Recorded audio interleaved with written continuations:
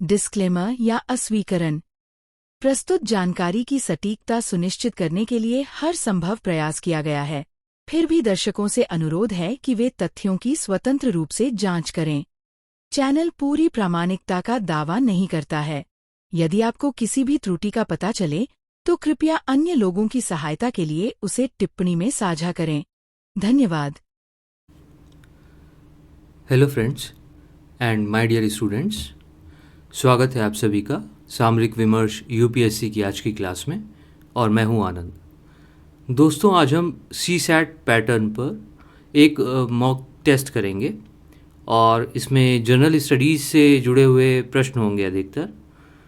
Total 50 questions हैं और इनके चार ऑप्शंस हैं, तो उनमें से सही ऑप्शन हमें चूज़ करना है, जो कि आप सबको पता है।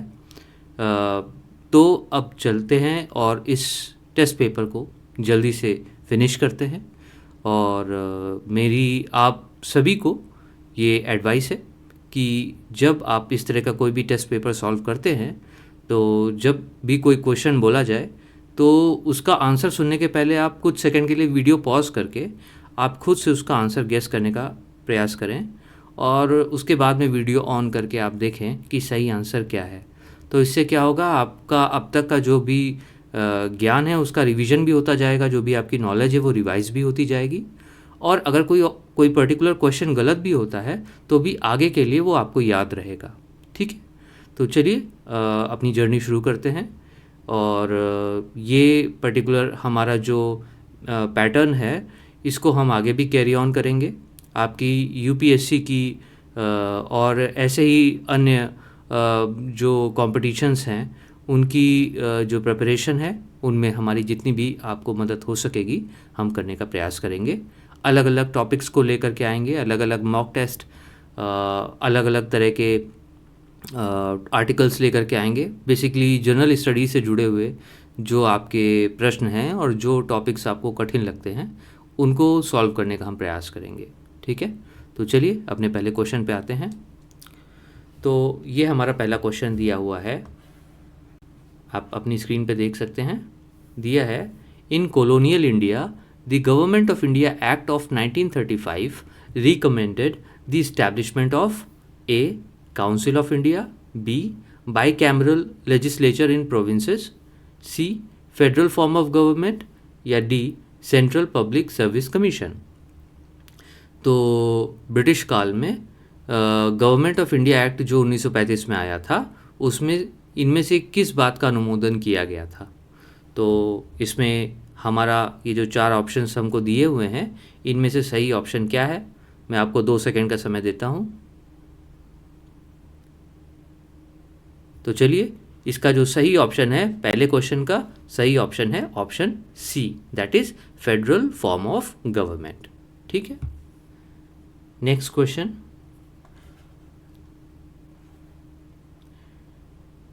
दूसरा क्वेश्चन है, in medieval India the term Amir e Chahalgani referred to A foreign invaders, B trusted nobles, C women spies, या डी एग्रीकल्चरल लेबरर्स। तो मध्ययुगीन भारत में आमिर ए चहलगनी जो एक आप समझ सकते हो उपाधि कह लो या किसी को संबोधित करने का एक तरीका कह लो, तो आमिर चहलगनी किन्हें कहा जाता था? फॉरेन इन्वेडर्स को, ट्रस्टेड नोबल्स को, विमेन स्पाइस को, या एग्रीकल्चरल लेबरर्स को। तो यहाँ पर सही ऑप्शन है, फिर से मैं 2 सेकंड दे रहा हूँ। तो सही ऑप्शन है ट्रस्टेड नोबल्स। ठीक है, यानी कि जो उस समय के जो सुल्तान या बादशाह होते थे उनके जो विश्वास पात्र जो मंत्रीगण और जो अन्य राजकीय कार्यों में लगे हुए जो व्यक्ति होते थे उन्हें कहा जाता था। तो सेकंड क्वेश्चन हो गया। अब हम थर्ड क्वेश्चन पे आते हैं। तीसरा क्वेश्चन कह रहा है, doctor B R Ambedkar was actively associated with which of the following. तो doctor B R Ambedkar ji इनमें से किस संस्था से जुड़े हुए थे? पहला ऑप्शन है ऑल इंडिया हरिजन सेवक संघ, दूसरा ऑप्शन है all India scheduled caste federation, and independent labour party, C है इंडियन नेशनल कांग्रेस, तो डी ऑप्शन है स्वतंत्र पार्टी। तो ये आपके 4 ऑप्शंस हैं, इनमें से हमें सही ऑप्शन चूज़ करना है। तो अब मैं बार बार आपको जो 2 सेकेंड का टाइम देता हूँ, आप खुद भी ले सकते हैं वीडियो पॉज करके, जैसा कि मैंने पहले बताया था। तो थर्ड का जो ऑप्शन है that is option B, all India scheduled caste federation and independent labour party. ठीक है, नेक्स्ट क्वेश्चन।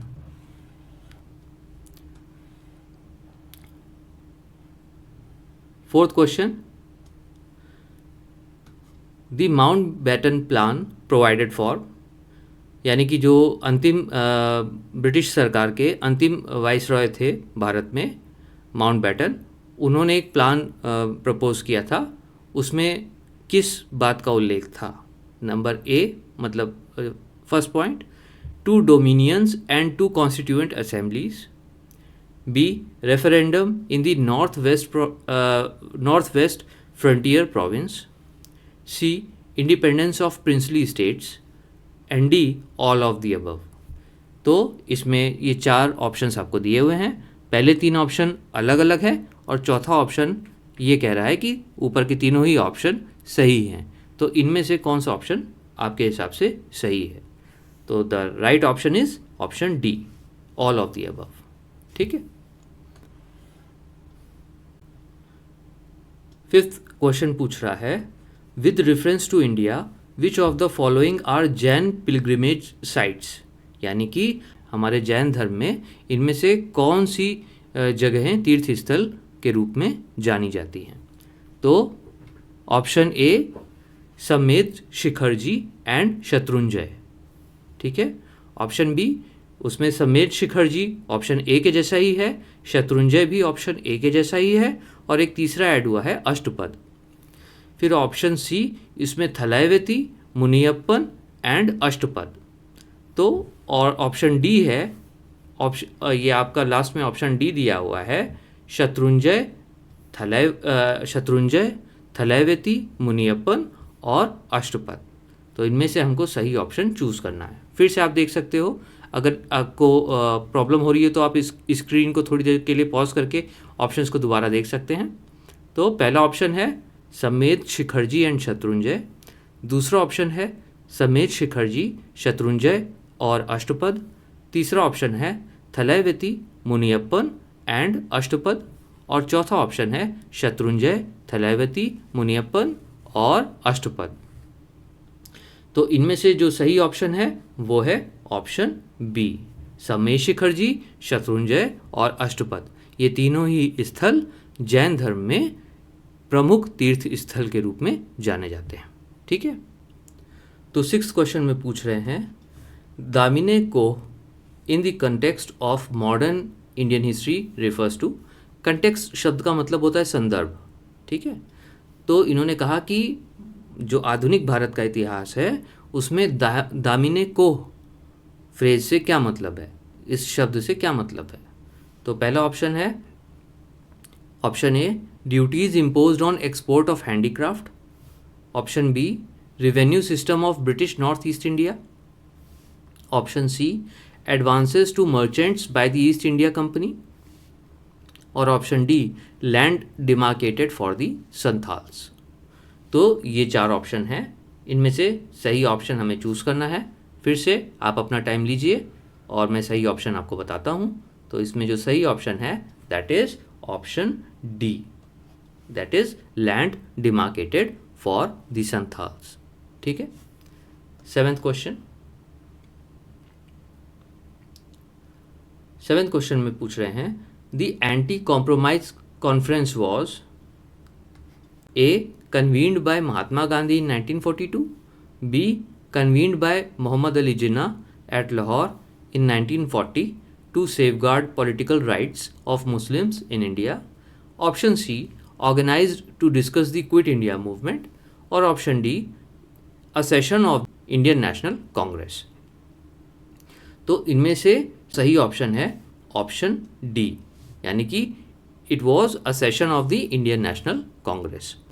तो 8वां क्वेश्चन है, Savitri Bai Phule established A Arya Mahila Sabha, B Mahila Seva Mandal and native female school in Pune, C Bharat Mahila Parishad और D women's association of India. तो सही answer है सी भारत महिला परिषद। ठीक है, तो 8th का आंसर है सी भारत महिला परिषद। आगे चलते हैं।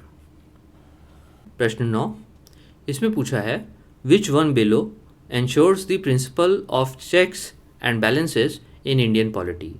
यानी कि भारतीय राजनीति में चेक्स और बैलेंस के सिद्धांत को सुनिश्चित किसके द्वारा किया जाता है।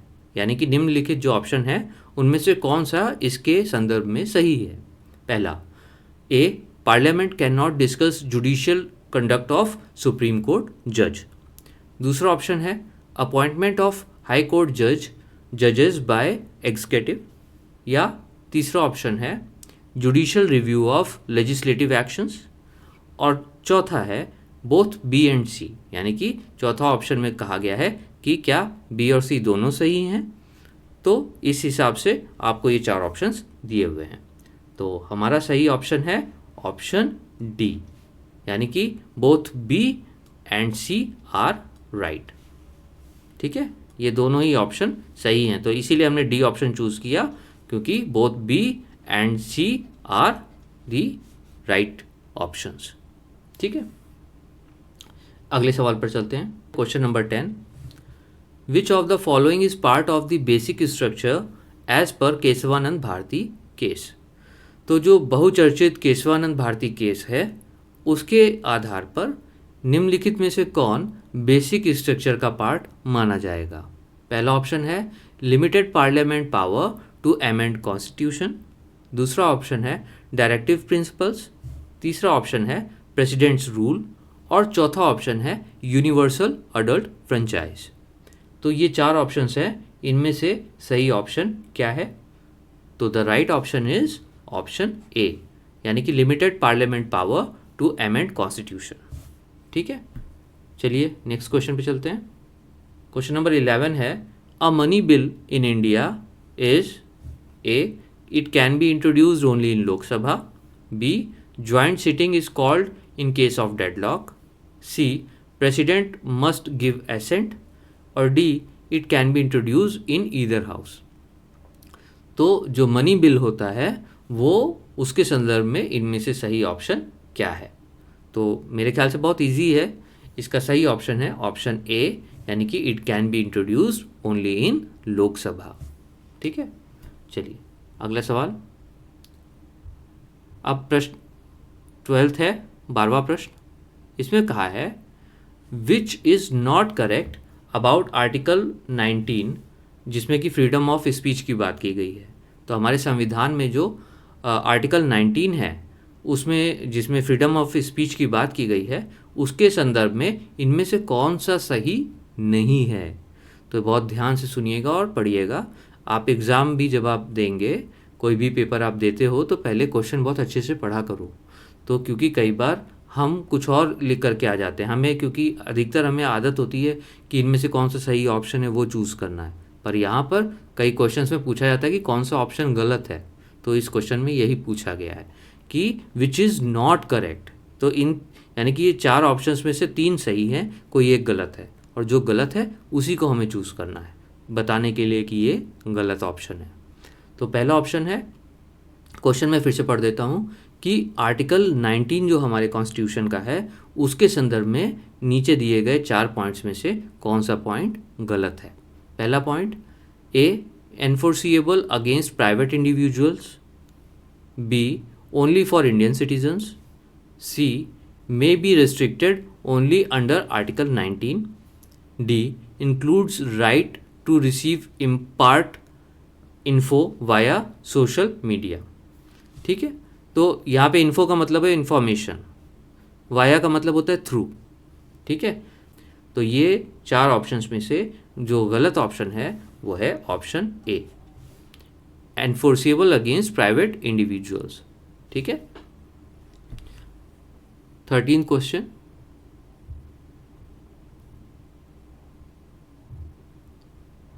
तो 13th क्वेश्चन कह रहा है directorate of enforcement investigates under all except, इसमें भी कुछ वैसा ही है कि 3 ऑप्शन सही हैं, एक गलत है और गलत को ही चूज़ करना है।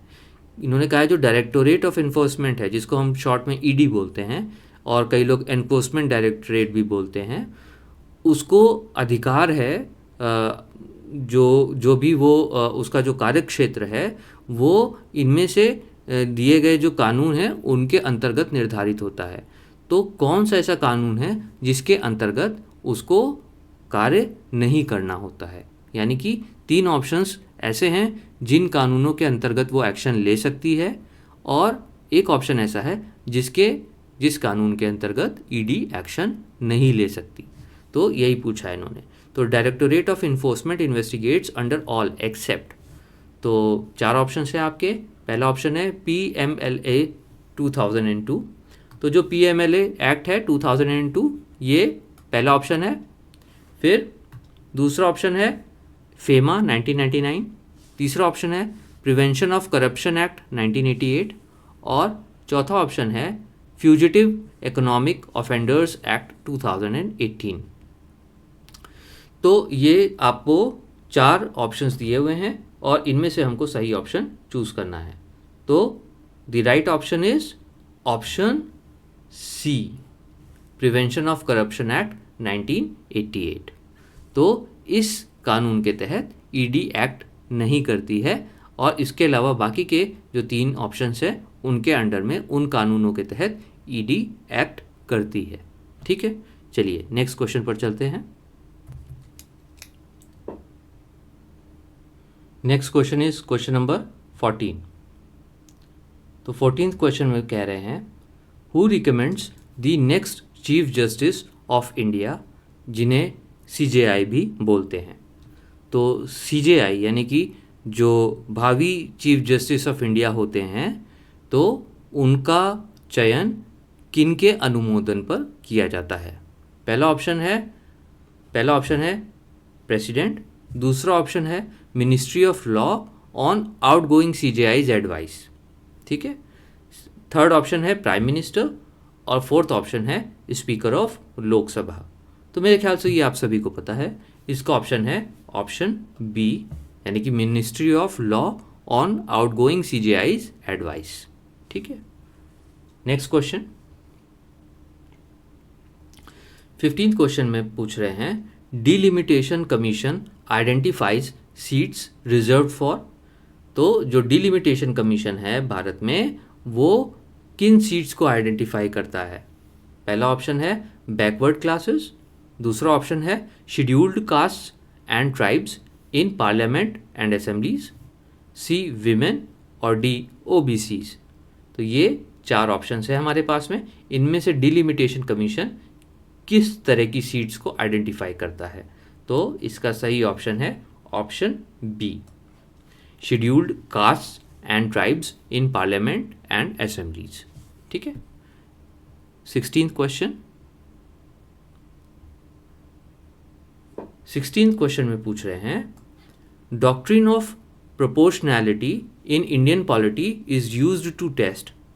तो इन्होंने कहा जो डॉक्ट्रिन ऑफ प्रोपोर्शनैलिटी है उसको भारतीय पॉलिटी में या भारतीय राजनीति में किस तरह के टेस्ट के लिए इस्तेमाल किया जाता है। पहला है reasonable balance between law and government action, दूसरा validity of constitutional amendment act, तीसरा स्पीकर्स एंटी डिफेक्शन डिसीजंस, जो स्पीकर द्वारा एंटी डिफेक्शन डिसीजन लिए जाते हैं उसमें, या D centre encroaching upon state subjects. तो इनमें से किस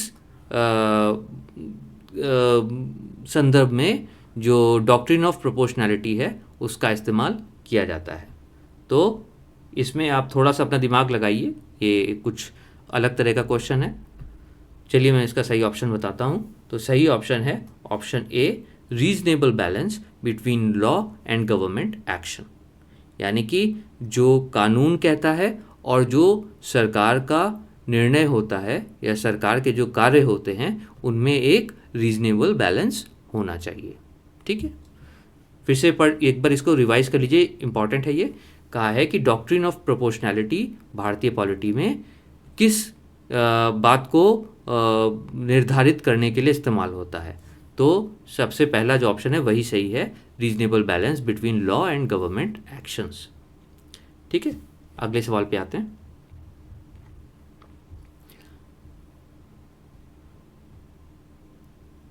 17th question, during inflation nominal GDP A is higher than real GDP, B is same as real GDP, C is lower than real GDP और D does not change। ठीक है, यानी कि जो ड्यूरिंग इन्फ्लेशन, जब इन्फ्लेशन होता है तो उस समय नॉमिनल जो जीडीपी होती है यानी कि ग्रॉस डोमेस्टिक प्रोडक्ट, वो हायर होती है रियल जीडीपी की तुलना में, या उसके बराबर होती है, या उससे कम होती है, या उसमें कोई बदलाव नहीं होता है। तो इसका सही जवाब है A, is higher than real GDP. यानी कि जब इन्फ्लेशन होता है ना, तो जो नॉमिनल जीडीपी होती है वो रियल जीडीपी से हायर होती है, ज़्यादा होती है। आगे बढ़ते हैं।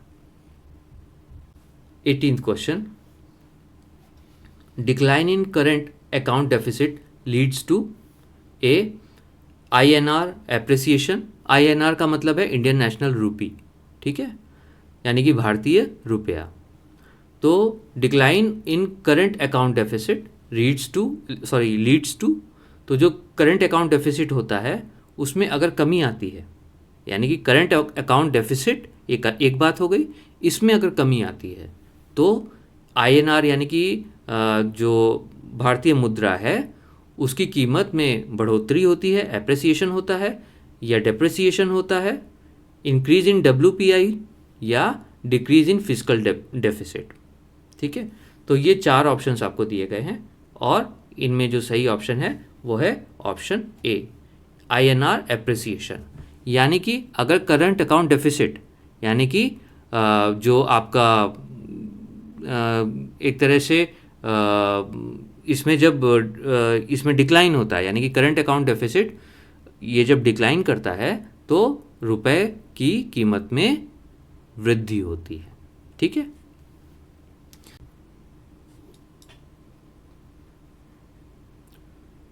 अब आते हैं अपने 19वें प्रश्न पर। 19वें प्रश्न में ये अर्थशास्त्र का क्वेश्चन है, इकोनॉमिक्स का क्वेश्चन है। इसमें पूछ रहे हैं इंक्रीज, यहाँ पे इन दी रेपो रेट होना चाहिए, increase in the repo rate what is the result, या इसको इस तरह से समझ लो कि when the repo rate is increased what is the result. यानी कि जब रेपो रेट बढ़ाया जाता है RBI द्वारा तो उसका क्या रिजल्ट होता है। तो पहला ऑप्शन है बोरोइंग बिकम्स चीपर, यानी कि लोन लेना आसान हो जाता है। दूसरा ऑप्शन है बोरोइंग बिकम्स एक्सपेंसिव, यानी कि कठिन हो जाता है। तो लोन लेना आसान हो जाता है मतलब लोन सस्ती दरों पर मिलता है। बोरोइंग बिकम्स एक्सपेंसिव यानी कि लोन महंगी दरों पर मिलता है, यानी कि इंटरेस्ट रेट बढ़ जाता है। तीसरा है मोर कंजम्पशन एक्सपेंडिचर, यानी कि ज़्यादा खरीदारी होती है। या डी हायर NPA रेशियोज़, यानी कि डी NPA जो होता है वो बढ़ जाता है, उसका रेशियो बढ़ जाता है। तो ये 4 ऑप्शंस है। तो increase the repo rate what is the result, यानी कि when ever the repo rate is increased, यानी कि जब रेपो रेट में बढ़ोतरी होती है तो उसका क्या रिजल्ट होता है। तो इसका सही ऑप्शन है ऑप्शन बी, यानी कि बोरोइंग बिकम्स एक्सपेंसिव, यानी कि उधार लेना या लोन लेना वो महंगा हो जाता है क्योंकि उसकी दरों में, उसके इंटरेस्ट में जो ब्याज होता है वो बढ़ जाता है। ठीक है, तो इसलिए लोन लेना कठिन हो जाता है। 20th क्वेश्चन, 20वां सवाल, which activity is not regulated by the petroleum and natural gas regulatory board PNGRB in India. यानी कि इन जो नीचे ये 20वें सवाल में पूछ रहे हैं कि जो नीचे दिए गए एक्टिविटीज़ हैं इनमें से कौन सी एक्टिविटी इज़ नॉट रेगुलेटेड, ठीक है, not regulated by the petroleum and natural gas regulatory board in India. तो पहला है प्रोडक्शन ऑफ क्रूड ऑयल, तो ये फर्स्ट ऑप्शन है। दूसरा है refining, storage, distribution of petroleum, तीसरा है marketing and sale of petroleum products, और चौथा है प्रोडक्शन ऑफ नेचुरल गैस। तो इन चार में से कौन सा ऐसा एक्टिविटी है जो कि petroleum and natural gas regulatory board द्वारा रेगुलेट या निर्देशित नहीं होती है? तो इसका सही ऑप्शन है ए, प्रोडक्शन ऑफ क्रूड ऑयल। ये वो एक्टिविटी है जो PNGRB द्वारा रेगुलेट नहीं होती है। ठीक है, तो 20th का ऑप्शन हो गया ऑप्शन ए। नेक्स्ट,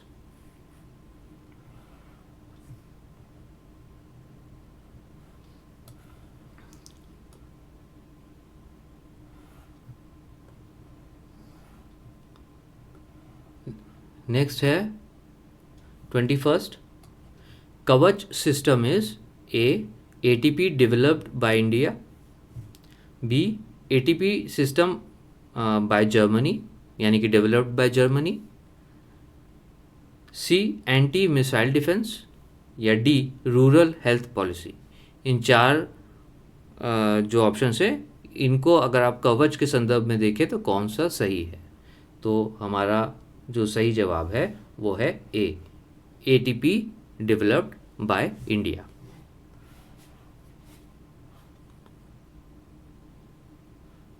22वां सवाल है, international north south transport corridor connects, यानी कि अंतर्राष्ट्रीय उत्तर दक्षिण ट्रांसपोर्ट कॉरिडोर किन जगहों को कनेक्ट करता है? पहला ऑप्शन है India to Europe via Iran, दूसरा ऑप्शन है India to Japan via Russia, तीसरा ऑप्शन है India to South East Asia via Myanmar, और चौथा ऑप्शन है India to Africa via Israel. तो ये चार ऑप्शंस में से सही ऑप्शन हमें चूज़ करना है, और सही ऑप्शन है option A, India to Europe via Iran. फिर से देख लीजिए, इसको शॉर्ट में बोलते हैं INST। ठीक है, INST international north south transport, INSTC international north south transport corridor. तो ये इंडिया को यूरोप से कनेक्ट करता है वाया ईरान। ठीक है, तो 22 का ए। नेक्स्ट,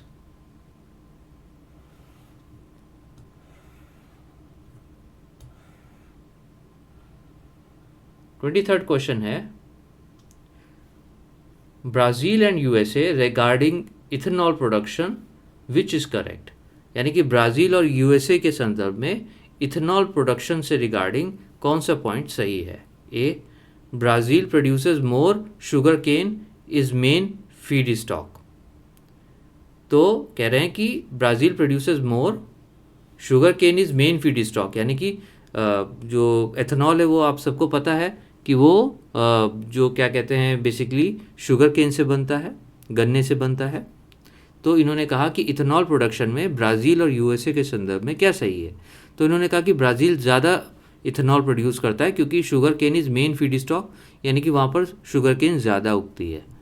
दूसरा, USA produces more corn is main feed stock, क्योंकि वहाँ पर इथेनॉल कॉर्न यानी कि जो मक्का होता है उससे भी इथेनॉल बनाई जाती है।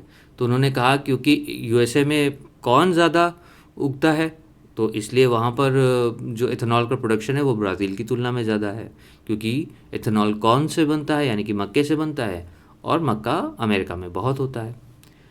तीसरा ऑप्शन है Brazil produces more corn is main feed stock, यानी कि कॉर्न यानी कि मक्का ब्राज़ील में ज़्यादा उगता है इसलिए ब्राज़ील ज़्यादा इथेनॉल प्रोडक्शन करता है। और चौथा ऑप्शन है USA produces more sugar cane is main feed stock, कि क्योंकि USA में गन्ना ज़्यादा उत्पादित होता है, शुगर केन ज़्यादा उत्पादित होता है, इसलिए शुगर केन ज़्यादा होने की वजह से USA इथेनॉल बनाता है।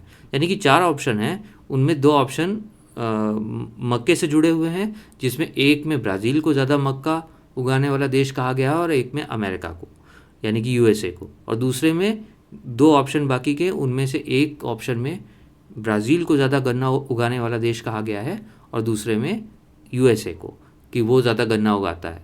तो इनमें से जो भी ज़्यादा उगेगा, क्योंकि कॉर्न और शुगर केन दोनों ही इथेनॉल प्रोडक्शन में इस्तेमाल होते हैं, तो जो भी देश इनमें से किसी का भी ज़्यादा प्रोडक्शन करेगा जाहिर सी बात है वो ज़्यादा इथेनॉल प्रोड्यूस करेगा। तो दोनों में से सही, चारों में से सही ऑप्शन है हमारा option A. Brazil produces more sugar cane is main feed stock.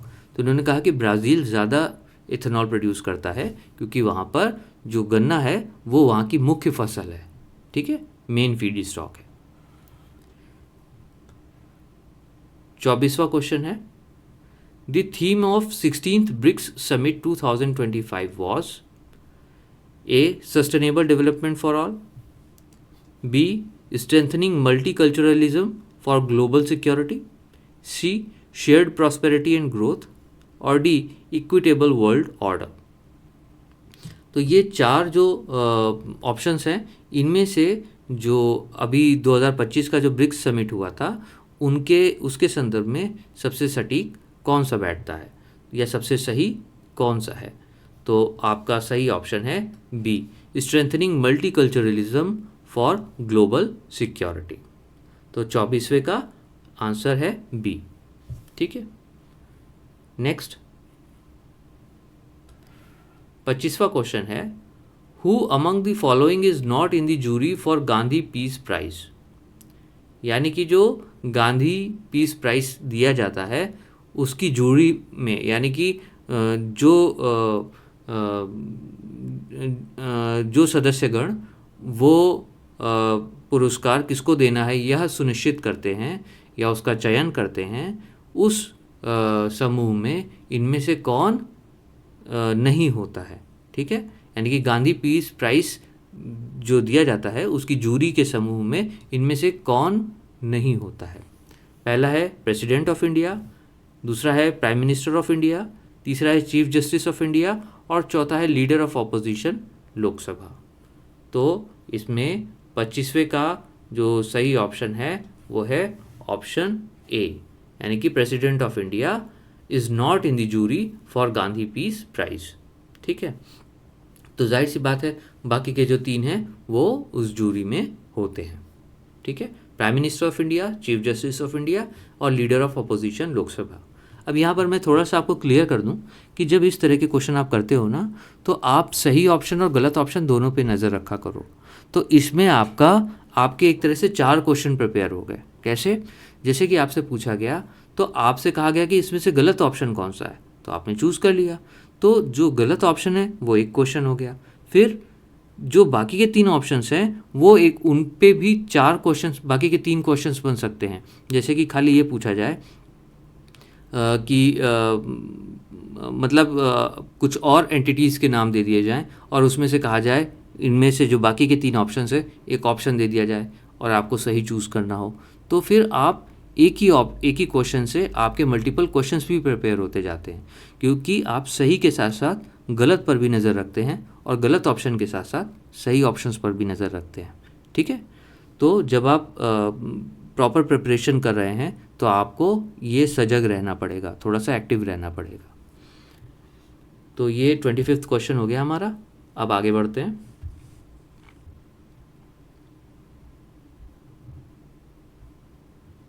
Twenty question है, world's youngest chess grand master as of 2025 is. तो दुनिया का जो सबसे युवा चेस ग्रैंड मास्टर है, शतरंज के ग्रैंड मास्टर हैं, 2025 तक के आंकड़ों के अनुसार वो कौन है? तो इसका जवाब मेरे ख्याल से आप सभी को पता है। तो इसका जवाब है सी, अभिमन्यु मिश्रा। मुझे पता है आप में से कई लोग ने कुछ और सोचा होगा, लेकिन इसका सही आंसर यही है। तो 26 का सी, अभिमन्यु मिश्रा, ठीक है। बाकी के ऑप्शन है ए गुकेश दोमराजू, ठीक है, बी आर प्रगनंदा, सी अभिमन्यु मिश्रा और डी मैग्नस कार्लसन। तो इन 4 ऑप्शंस में से सही ऑप्शन है सी, अभिमन्यु मिश्रा, ठीक है। नेक्स्ट 27वां प्रश्न है, Rashtriya Gokul mission aims at A foreign cattle import, B indigenous cattle promotion for rural poor, C crop insurance in villages और डी कैनाल इरिगेशन। तो मेरे ख्याल से थोड़ा सा भी कॉमन सेंस आप अप्लाई करोगे तो आपको इसका आंसर समझ में आ जाएगा। तो राष्ट्रीय गोकुल मिशन जो है वो इनमें से किससे जुड़ा हुआ है?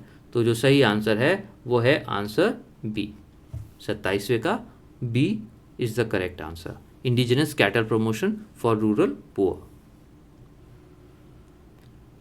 28वां क्वेश्चन है, the first kho kho world cup finals were held in A Delhi India, B Kathmandu Nepal, C Mumbai India और डी पटना इंडिया। तो तो ये कहा गया first kho kho world cup finals were held in, यानी कि दुनिया का जो पहला खो खो वर्ल्ड कप हुआ उसका फाइनल कहाँ पे हुआ? तो 28वें का सही आंसर है ए, दिल्ली इंडिया। ठीक है, नेक्स्ट क्वेश्चन है क्वेश्चन नंबर 29। इसमें कह रहे हैं BRICS new member as of 2025 is A Indonesia, B Bangladesh, C Vietnam और डी यूएई। इनमें से ब्रिक्स जो ग्रुपिंग है ब्राज़ील, रशिया, इंडिया, चाइना और साउथ अफ्रीका की, इसका सबसे नया मेंबर कौन सा देश है? तो सही ऑप्शन है ए, इंडोनेशिया। ठीक है, चलिए ये हो गया 29th का ए। 30th क्वेश्चन है, बिम्स्टेक टूरिज्म सब सेक्टर इज लेड बाय। तो बिम्स्टेक जो समूह है भारत के द्वारा बनाया गया जिसमें बांग्लादेश वगैरह देश हैं, तो बिम्स्टेक टूरिज्म सब सेक्टर इज लेड बाय, यानी कि बिम्स्टेक समूह में टूरिज्म सब सेक्टर को का जो उसको जो लीड करता है वो कौन सा देश है? तो इसमें 4 ऑप्शन है, बांग्लादेश, इंडिया, नेपाल और थाईलैंड। तो सही ऑप्शन है बी, इंडिया, ऑब्वियसली। ठीक है, तो 30th का B. Next,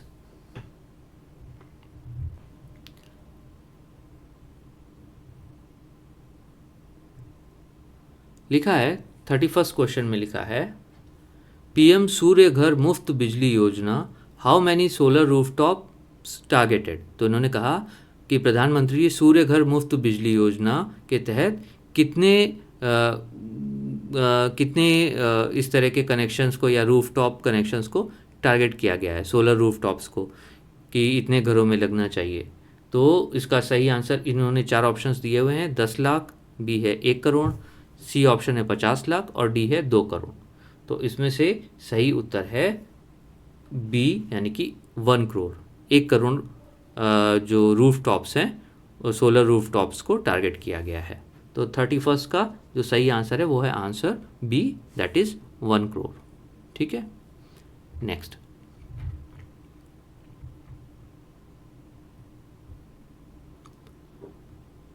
thirty second question में पूछ रहे हैं, which year is declared international year of women farmer, woman farmer. तो इन्होंने कहा कि कौन सा वर्ष अंतर्राष्ट्रीय महिला कृषक वर्ष के तौर पर डिक्लेयर किया गया है या निर्धारित किया गया है या घोषित किया गया है। तो which year is declared international year of woman farmer. तो इसका सही जवाब इन्होंने 4 ऑप्शन दिए हैं, 2025, 26, 27 या 28। तो इसका सही जवाब है 2026, यानी कि अगला वर्ष, आने वाला वर्ष। तो 32nd का आंसर है आंसर बी, यानी कि 2026। 33rd क्वेश्चन में आते हैं,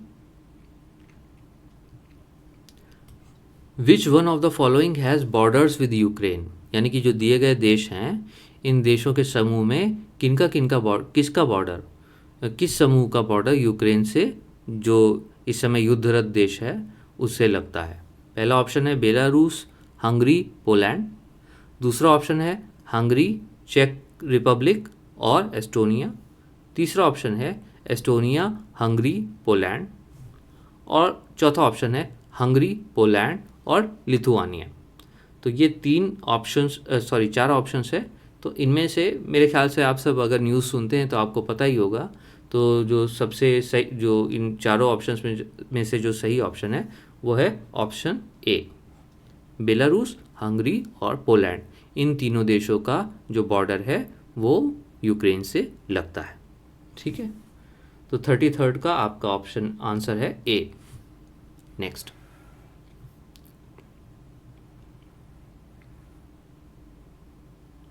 34वां प्रश्न है,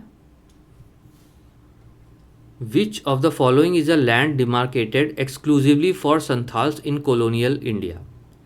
तो इन्होंने कहा कि कॉलोनियल इंडिया में, यानी कि जो ब्रिटिश काल था उसमें संथाल्स के लिए कौन से विच of the following is a land demarcated, यानी कि इनमें से किस संज्ञा को इस्तेमाल किया जाता था उस भूमि के लिए जो कि संथाल्स के लिए डिमार्केटेड थी।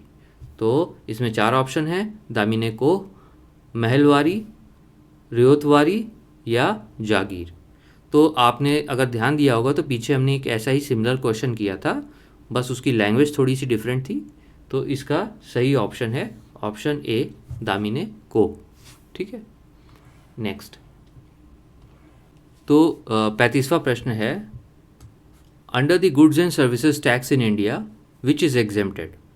तो जो goods and services tax Bharat में लिए जाते हैं, जिसे हम जीएसटी के नाम से जानते हैं, उसके अंतर्गत निम्नलिखित में से कौन सी वस्तु या वस्तुएं या सेवाएं एग्जेम्प्टेड हैं, यानी कि कर मुक्त हैं। तो पहला ऑप्शन है A, sale of land and electricity distribution, B, sale of milk, C, passenger air travel to north east, और D, all food grain trade. तो जिस समय मैं ये मॉक टेस्ट बना रहा था उस समय तक जीएसटी रिफॉर्म्स नहीं आए थे। तो अभी हाल ही में आपको पता होगा कि जीएसटी रिफॉर्म्स आए हैं, तो उसके आधार पर इस प्रश्न पे थोड़ा सा संशोधन किया जाना चाहिए। तो यहाँ पर हमें एक ऑप्शन को बढ़ाना चाहिए, तो वो दोनों ही मैं आपको बता देता हूँ। तो सबसे पहले तो इन चारों ऑप्शन में से जो ए है, sale of land and electricity distribution, वो एग्जेम्प्टेड है जीएसटी के अंडर में। उसके अलावा सेल ऑफ मिल्क में हमें ये ध्यान रखना होगा कि fresh milk and pasteurised milk are fully exempt from goods and services tax. ठीक है, तो ये हमें यहाँ पे ये ध्यान रखना होगा। उसके अलावा जो अनपैकेज्ड जो डेयरी प्रोडक्ट होते हैं वो यहाँ पर जो अनब्रांडेड या अनपैकेज्ड होते हैं तो उनको यहाँ पर एग्जेम्प्ट रखा गया है। और उसके अलावा जो हाई एंड जो पैकेज्ड डेयरी प्रोडक्ट्स होते हैं उन पर शायद कुछ और उनको किसी और श्रेणी में डाला गया है। तो इसके लिए आप एक बार जो जीएसटी की वेबसाइट है उस पर जा कर के चेक कर लीजिएगा, तो आपका ज्ञानवर्धन होगा। तो जो इसका सही ऑप्शन है उसमें से ए तो पूरी तरह से है, और जो बी है सेल ऑफ मिल्क, इसमें जो अनपैकेज्ड जो फ्रेश मिल्क या पास्चराइज्ड मिल्क है उन दोनों को फुली एग्जेम्प्ट कर दिया गया है। इसके अलावा जो अनब्रांडेड या अनपैकेज्ड जो दूध है जो हमें अपने आसपास उपलब्ध होता है वो फुली एग्जेम्प्टेड है।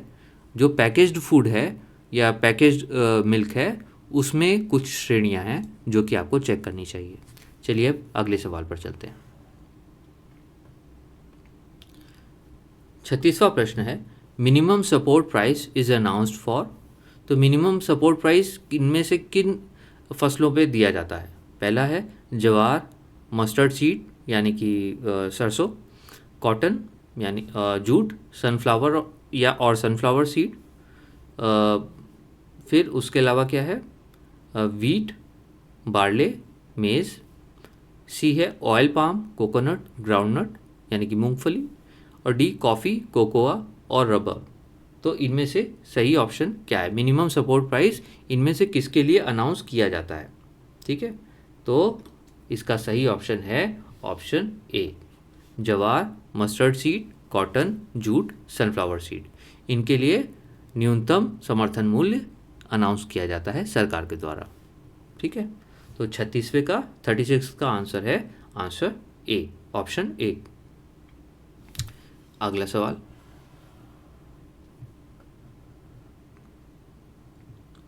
क्वेश्चन में है, which is correct about G20 finance track. तो जो G20 सम्मेलन होता है ना, ग्रुप 20 सम्मेलन, उसमें जो फाइनेंस ट्रैक एक एक चलता है, कई ट्रैक्स चलते हैं। यानी कि ट्रैक का मतलब होता है कि कई समूह बने होते हैं जिनमें कि सदस्य देशों के जो मंत्री गण होते हैं वो उसमें हिस्सा लेते हैं। तो जैसे फाइनेंस ट्रैक है तो उसमें जो सदस्य देश होंगे उनके जो फाइनेंस मिनिस्टर्स होंगे वो आपस में मिल करके बात करेंगे, तो डिस्कशंस होती हैं। तो इसमें इन्होंने कहा कि फाइनेंस ट्रैक जो G20 का होता है, यानी कि जो वित्तीय समूह होता है या सम्मेलन होता है, उनमें उसके संदर्भ में कौन सा सही है। पहला, summits main agenda setting body, यानी कि जो G20 समिट होता है, जो शिखर सम्मेलन होता है, उसका जो मेन एजेंडा है वो फाइनेंस ट्रैक ही डिसाइड करता है, यानी कि ये समूह ही डिसाइड करता है जो वित्त से जुड़ा हुआ है। दूसरा, finance ministers and central bank governors meet, यानी कि इस समूह में जो फाइनेंस मिनिस्टर और सेंट्रल बैंक के गवर्नर होते हैं सदस्य देशों के, उनका सम्मेलन होता है फाइनेंस ट्रैक के अंडर में। तीसरा है बिजनेस सब ग्रुप, यानी कि जो बिजनेस एंटिटीज़ हैं उनसे जुड़े हुए सब ग्रुप्स इसमें मिलते हैं। और डी है science and technology ministers group, यानी कि ये साइंस और टेक्नोलॉजी से जुड़े हुए जो मंत्री होते हैं, मंत्रीगण होते हैं सदस्य देशों के, उनका समूह है। तो हमारा जो सही ऑप्शन है वो है ऑप्शन बी, यानी कि फाइनेंस मिनिस्टर और सदस्य देशों के जो वित्त मंत्री हैं फाइनेंस मिनिस्टर्स, और वहाँ के जो सेंट्रल बैंक के गवर्नर्स हैं, जैसे भारत के सेंट्रल बैंक को रिजर्व बैंक ऑफ इंडिया कहा जाता है या अमेरिका के सेंट्रल बैंक को फेडरल रिजर्व कहा जाता है। तो उन देशों के जो सदस्य देश हैं उनके सेंट्रल बैंक के गवर्नर्स और फाइनेंस मिनिस्टर्स इसमें आपस में मुलाकात करते हैं। ठीक है, तो ये हमारा हो गया 37वां क्वेश्चन, G20 फाइनेंस ट्रैक उससे जुड़ा हुआ। ठीक है, तो अगला सवाल है 38वां सवाल, 38th क्वेश्चन। इसमें कह रहे हैं sovereign green bond is a issued by RBI and part of government market borrowing, B only for foreign investors, C corporate sector product, और D dollar denominated only। तो इन्होंने कहा जो सॉवरेन ग्रीन बॉन्ड है उसके संदर्भ में निम्नलिखित में से कौन सा ऑप्शन सही ऑप्शन है।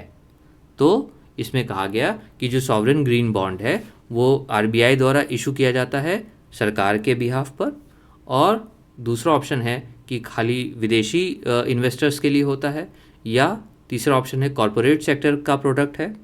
ठीक है, और डी है ऑप्शन है कि डॉलर डिनोमिनेटेड ओनली, कि मतलब डॉलर के संदर्भ में ही ये प्रचलित होता है या निर्गत किया जाता है, इशू किया जाता है। तो इस सॉवरेन ग्रीन बॉन्ड जो है इसके संदर्भ में जो सही ऑप्शन है वो है ऑप्शन ए, यानी कि इसको रिजर्व बैंक ऑफ इंडिया द्वारा इशू किया जाता है भारतीय सरकार के लिए। ठीक है,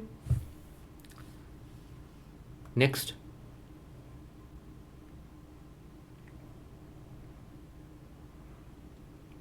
39th क्वेश्चन है which river does not drain into the Bay of Bengal, यानी कि इनमें से कौन सी नदी है जो बंगाल की खाड़ी में नहीं गिरती है।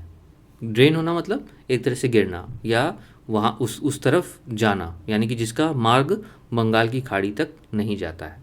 तो पहला ऑप्शन है गोदावरी, दूसरा है पेरियार, तीसरा है कृष्णा और चौथा है Mahanadi.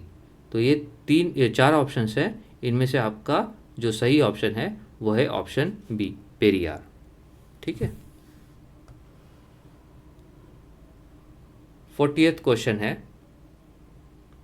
Arrange the following Himalayan features north to south, यानी कि जो हिमालय है उसको उत्तर से दक्षिण की तरफ चलते हुए आप इसके जो ये फीचर्स हैं इनको अरेंज कीजिए। यानी कि अगर आप भारत के मैप को एक बार आंख बंद करके ध्यान करें तो आप जो हिमालय का जो क्षेत्र है उसमें सबसे पहले क्या पड़ेगा, उत्तर में, फिर उसके दक्षिण में, फिर उसके दक्षिण में, फिर उसके दक्षिण में, मतलब एक top to bottom, top to down.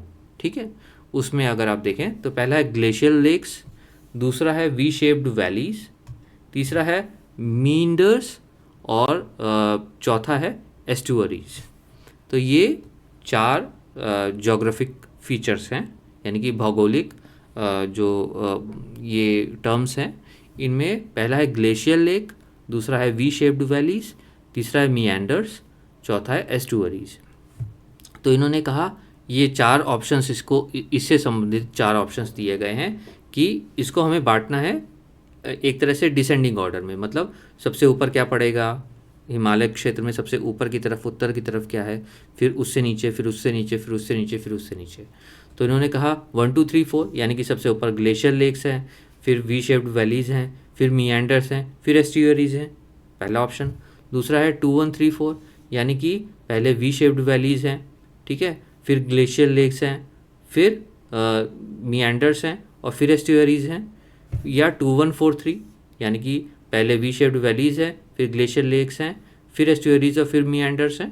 या 2 1 3 4, यानी कि पहले वी शेप्ड वैलीज हैं, फिर ग्लेशियर लेक्स हैं, फिर मीएंडर्स हैं और फिर एस्ट्यूअरीज हैं। तो इनमें हमको जो सही ऑप्शन है वो चूज़ करना है। तो जो सही ऑप्शन है वो हमारा है ऑप्शन डी। ऑप्शन डी क्या कहता है, 2 1 3 4, यानी कि 2 1 3 4 उसके हिसाब से अगर आप देखिए तो 2 1 3 4 का मतलब क्या हुआ। एक सेकेंड, मैं इसको थोड़ा सा वापस इसको ऊपर क्वेश्चन आपको दिखा देता हूँ। क्वेश्चन में क्या था कि arrange the following Himalayan features north to south, ठीक है। तो नॉर्थ टू साउथ के हिसाब से हमें अरेंज करना था। तो ये चार फीचर्स दिए गए थे, इनको हमें अरेंज करना है। तो 48 का डी 2 1 3 4 हुआ, यानी कि पहले क्या था, सबसे पहले है ये नंबर 1 होगा, 2 यानी कि ये सबसे पहला होगा, उत्तर में वी शेप्ड वैलीज होंगी सबसे पहले, ठीक है। फिर यानी कि जो सेकंड ऑप्शन, ये 2 को ही ये एक्चुअली फर्स्ट ऑप्शन है, एक्चुअल जो फीचर है। तो वी शेप्ड वैली आएगा सबसे पहले, फिर उसके बाद में आएगा ग्लेशियर लेक्स, ठीक है, फिर उसके बाद में आएगा मीएंडर्स, ये 3 ही रहेगा, और फिर उसके बाद में आएगा एस्टुअरीज, यानी कि ये सही तरीका है। तो ये इन्होंने कहा कि 2 1 3 4, यानी कि पहले सबसे पहला ऑप्शन 2, फिर 1, फिर 3, फिर 4, यानी कि 3 4 जो है वो अपनी जगह पर ही रहेगा, और इनमें ऊपर नीचे होगा। जो सेकंड में दिया है वो एक्चुअली फर्स्ट ऑप्शन होना चाहिए, जो फर्स्ट दिया हुआ है वो एक्चुअली सेकंड ऑप्शन होना चाहिए, ठीक है। कंफ्यूज तो नहीं हो गया आप। ये 2 1 3 4 जो एक्चुअल हमको सीक्वेंस दिया है वो है, और ये जो मैंने लिखा है ये जो होना चाहिए ये वो सीक्वेंस है, ठीक है। चलिए next question.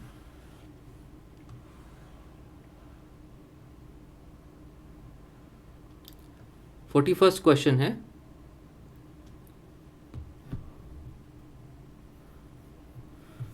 In Indian context the primary cause of landslides in the western Ghats, जो हमारे जो पश्चिमी घाट हैं वहाँ पर जो लैंडस्लाइड होती है उसका प्राथमिक कारण क्या है। पहला, steep slopes, tectonically active zone, heavy rain and temperature change. दूसरा ऑप्शन, डिफॉरेस्टेशन अलोन। तीसरा ऑप्शन, सॉइल इरोजन। चौथा ऑप्शन, ग्लेशियर रिट्रीट। तो ये जो हमारा 41वां प्रश्न है उसमें ये चार ऑप्शंस दिए गए हैं। तो उसका जो सही उत्तर है वो है ऑप्शन ए, स्टीप स्लोप्स, यानी कि जो स्लोप्स हैं वो बहुत स्टीप हैं, ठीक है, और टेक्टोनिकली एक्टिव जोन है, यानी कि भूकंप वगैरह से जुड़ा हुआ जो क्षेत्र है वो उधर ज़्यादा पाया जाता है। हैवी रेन, बारिश बहुत होती है। टेम्परेचर बहुत चेंज होता है, तो ज़्यादा टेम्परेचर चेंज होगा, ज़्यादा हैवी रेन होगी तो सॉइल फ्रैगमेंटेशन होगा, सॉइल फ्रैगमेंटेशन होगा तो सॉइल इरोजन भी होगा, और ये सब कारणों से वहाँ पर लैंडस्लाइड बहुत होता है, ठीक है। 41 हो गया। 42nd question,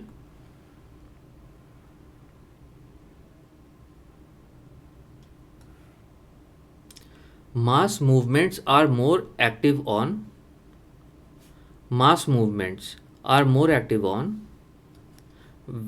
A. weathered slopes, B.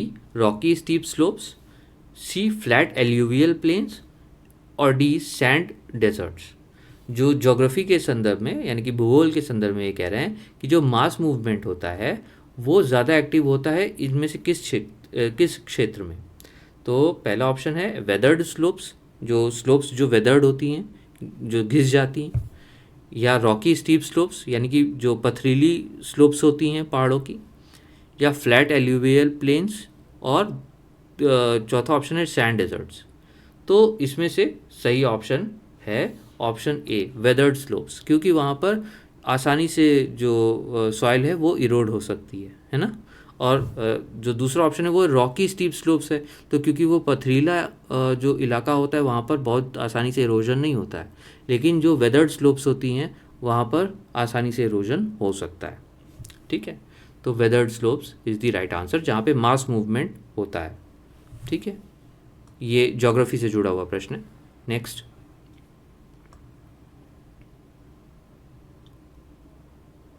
43वां यानी कि 43rd जो क्वेश्चन है, कई लोग 43 को 43 भी बोलते हैं। तो 43rd क्वेश्चन है, the national rail plan is plan for which year. जो नेशनल रेल प्लान है उसको किस वर्ष के लिए प्लान किया गया है? नंबर 1, 2028, 2025, 2030 या 2040। तो सही जवाब है 2028। ठीक है, तो 43rd का ए। Next,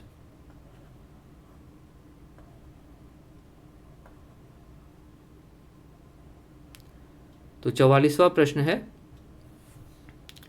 open offer refers to, यानी कि जो ओपन ऑफर एक फ्रेज है वो किसके संदर्भ में प्रयोग किया जाता है? A, companies offer to targets shareholder to sell shares at a specific price. यानी कि यहाँ पे टारगेट का मतलब है टारगेट कंपनी। तो जब एक कंपनी किसी दूसरी कंपनी का अधिग्रहण करना चाहती है, उसको खरीदना चाहती है, तो वो क्या करती है, उस कंपनी के जो एग्जिस्टिंग शेयर होल्डर्स होते हैं उनको एक प्राइस ऑफर करती है उनके शेयर्स को बेचने के लिए, कि वो अपने शेयर्स जो कंपनी खरीदना चाहती है उसको बेच दें, ताकि वो कंपनी उस कंपनी पर होल्ड कर सके या उसको खरीद सके। तो यहाँ पर कहा गया कि companies offer to targets share holders, यानी कि जो टारगेट कंपनी होती है उसके शेयर होल्डर को एक कंपनी द्वारा ऑफर किया जाता है to sell shares at a specified price, कि वो कहते हैं कि भाई एक दाम बता देते हैं कि इतने दाम पर हम आपका शेयर खरीद सकते हैं, क्या आप बेचना चाहेंगे? तो ये ओपन ऑफर क्या इसको कहा जाता है। या government offer to bond holders, कि जो बॉन्ड्स होते हैं, ये सिक्योरिटी बॉन्ड्स वगैरह जो लिए जाते हैं उसके संदर्भ में गवर्नमेंट का ऑफर ओपन ऑफर कहा जाता है। या आरबीआईज ओएमओ या एफडीआई पॉलिसी ऑफ इंडिया। तो ये वैसे तो बहुत आसान सा प्रश्न है, इसका सही उत्तर है ए, कंपनी, जो मैंने अभी आपको एक्सप्लेन किया कि जो एक कंपनी किसी टारगेट कंपनी के शेयर होल्डर्स को ऑफर करती है उसको ओपन ऑफर कहा जाता है। अगला सवाल, 45वां प्रश्न है, which crop is not included for MSP as of 2025। यानी कि पीछे हमने एक एमएसपी से जुड़ा हुआ प्रश्न किया था ना, तो उसी को ध्यान में रखते हुए करिएगा कि इनमें से कौन सी क्रॉप मिनिमम सपोर्ट प्राइस, क्षमा कीजिएगा, इनमें से कौन सी क्रॉप मिनिमम सपोर्ट प्राइस की लिस्ट में इंक्लूडेड नहीं है। Which crop is not included for MSP as of 2025। तो पहला है वीट, जिंजर, मस्टर्ड और कॉटन, मस्टर्ड सीड और कॉटन। तो ये चार हैं, तो इन चारों में से सही उत्तर हमें देना है। तो 45वें प्रश्न का सही उत्तर है बी, जिंजर यानी कि अदरक। ठीक है, तो 45वें सवाल का उत्तर है बी। आगे बढ़ते हैं। अब ये वाला प्रश्न फिर से G20 से संबंधित है। तो अभी तक हमने फाइनेंस ट्रैक की बात की थी ना, अब हम शेरपा ट्रैक की बात करेंगे। तो G20 के ऊपर मैं एक वीडियो बना चुका हूँ, आप चाहो तो पीछे देख लेना। तो G20 में शेरपा ट्रैक कहते हैं, तो हर देश अपना एक G20 शेरपा नियुक्त करता है। शेरपा समझ लीजिए उस देश का प्रतिनिधि होता है G20 में। तो हर देश का प्रतिनिधि, जो G20 के जो भी सदस्य देश हैं उनके प्रतिनिधियों का जो सम्मेलन होता है उसको शेरपा ट्रैक बोलते हैं। ट्रैक आप समझ सकते हो एक तरह से सम्मेलन। तो जैसे फाइनेंस ट्रैक, जो संबंधित देश होते हैं सदस्य देशों के फाइनेंस मिनिस्टर्स और उन देशों के सेंट्रल बैंक के गवर्नर्स का सम्मेलन फाइनेंस ट्रैक के अंडर में होता है, उसी तरह से शेरपा ट्रैक प्रतिनिधि जो उस देश के होते हैं G20 से संबंधित, उनका सम्मेलन होता है। तो sherpa track in the G20 refers to a coordinating agenda for G20 summit. उसका क्या काम होता है शेरपा ट्रैक का, कि क्या G20 की जो समिट होती है, शिखर सम्मेलन होता है, उसके एजेंडा को कोऑर्डिनेट करना, यानी कि उसके एजेंडा को निर्धारित करना, या फाइनेंशियल रेगुलेशन यानी कि वित्त से जुड़े हुए मामले देखना, या साइंस से जुड़ी हुई पॉलिसीज़ को बनाना, या यूथ गेम से जुड़े हुए पॉलिसीज़ को बनाना या उस पर विचार करना, मंथन करना। तो 46 का जो सही आंसर है वो है ऑप्शन ए। जो मैंने अभी आपको एक्सप्लेन किया उसी से आपको समझ में आ गया होगा, और आप में से काफ़ी लोग तो ऑलरेडी ज़्यादा जानते हैं तो उनको पहले से पता होगा। मैं मान के चलता हूँ लगभग आप सभी को पता होगा। तो 46 का ए। Next question 47। तो 47 क्वेश्चन में है minimum age of candidate for Lok Sabha election. अच्छा, ये प्रश्न कई बार मैंने देखा है, कई कॉम्पिटिशन्स में आया है और कई बार पूछा जाता है, और कई बार लोग इसको गलत भी कर देते हैं। तो इसलिए ये बहुत ही इजी लगता है, पर इसमें अक्सर लोग गलती करते हैं। तो मैं मान के चलता हूँ आप में से कोई भी नहीं करता होगा। तो 47 क्वेश्चन का सही आंसर इन्होंने कहा कि लोकसभा के इलेक्शन के लिए जो सबसे मिनिमम एज है वो क्या है। तो उसका सही आंसर है option C, that is 25 years. यानी कि आप 25 साल के हो तो आप लोकसभा का चुनाव लड़ सकते हैं। अगला सवाल 48th क्वेश्चन है, 48वां प्रश्न है, which day is observed as world press freedom day. यानी कि जो अंतर्राष्ट्रीय जो स्वतंत्र प्रेस दिवस के तौर पर कौन सा दिन निर्धारित है, किस दिन को प्रेस फ्रीडम के लिए मनाया जाता है, या उस दिन प्रेस फ्रीडम जो वर्ल्ड प्रेस फ्रीडम डे के तौर पर उस दिन को सेलिब्रेट किया जाता है। तो 48 का इन्होंने 4 ऑप्शन दिए हैं, मार्च 3rd, अप्रैल 7th, मई 3rd और जून 8th। तो ये 4 ऑप्शंस में से जो सही ऑप्शन है वो है ऑप्शन सी, 3rd में। ठीक है, तो ये हो गया आपका 3rd में। आपको याद करना, मैं अगर बता दूं थोड़ा सा, तो जो जैसे कि श्रम दिवस होता है ना, वो भी मई में होता है, उसी तरह से ये भी 3rd मई को होता है ये। तो इस तरह से आप को रिलेट करके याद कर सकते हो। ठीक है, तो 48th का सी इज़ द राइट ऑप्शन। फिर आगे बढ़ते हैं, आखिर के 2 सवाल रह गए हैं। 49th क्वेश्चन है, the president of India can issue an ordinance when A parliament is not in session, B Lok Sabha adjourn, C Lok Sabha is dissolved, D any time. यानी कि जो प्रेसिडेंट ऑफ इंडिया हैं वो ऑर्डिनेंस यानी कि अध्यादेश इशू कर सकते हैं कब, जब पार्लियामेंट सेशन में ना हो, या जब पार्लियामेंट एडजर्न्ड हो, या लोकसभा इज डिसॉल्व्ड। पहला है parliament is not in session, दूसरा है लोकसभा इज़ एडजर्न्ड, तीसरा है लोकसभा इज़ डिसॉल्व्ड, और चौथा है एनी टाइम। तो जो सही उत्तर है वो है A, parliament is not in session. जब पार्लियामेंट सेशन में ना हो तब वो ऑर्डिनेंस इशू कर सकते हैं। तो ये हो गया 49th यानी कि सेकंड लास्ट क्वेश्चन। अब आते हैं अपने लास्ट क्वेश्चन पे आज के। तो हमारा लास्ट यानी कि अंतिम प्रश्न है आज का 50th। The monetary policy committee in India consist of A 4 RBI officers and 2 government nominees, B 3 RBI officers 3 government nominees, C 1 RBI officers 5 government nominees, और D 2 RBI officers 4 government nominees. तो इनमें से सही ऑप्शन हमें choose करना है। तो उन्होंने कहा जो मॉनिटरी पॉलिसी कमेटी है, यानी कि जो मौद्रिक नीति निर्धारित करने वाली कमेटी है भारत की, उसमें से जो सदस्य हैं उनमें रिजर्व बैंक ऑफ इंडिया और गवर्नमेंट ऑफ इंडिया का जो प्रतिनिधित्व है वो किस अनुपात में है। तो इसका जो सही उत्तर है वो है B 3 RBI and 3 government nominees. यानी कि 3 RBI के अधिकारी होते हैं रिजर्व बैंक ऑफ इंडिया के, और 3 वो व्यक्ति होते हैं जिनको सरकार द्वारा नॉमिनेट किया जाता है, नामांकित किया जाता है। ठीक है, तो with this we are through with this mock test. और मेरा प्रयास रहेगा कि मैं और अच्छे और बेहतर वीडियोस, मॉक टेस्ट और आर्टिकल्स आप सबके लिए लेके आऊँ, और आपकी जो ये यात्रा है, आपका जो ध्येय है, उसमें मैं भी कुछ योगदान कर सकूं। तो हो सके तो इस चैनल को फॉलो करें। तब तक के लिए मैं आनंद आप सबसे विदा लेता हूं। मिलते हैं सामरिक विमर्श यूपीएससी के अपने अगले क्लास में। तब तक के लिए धन्यवाद।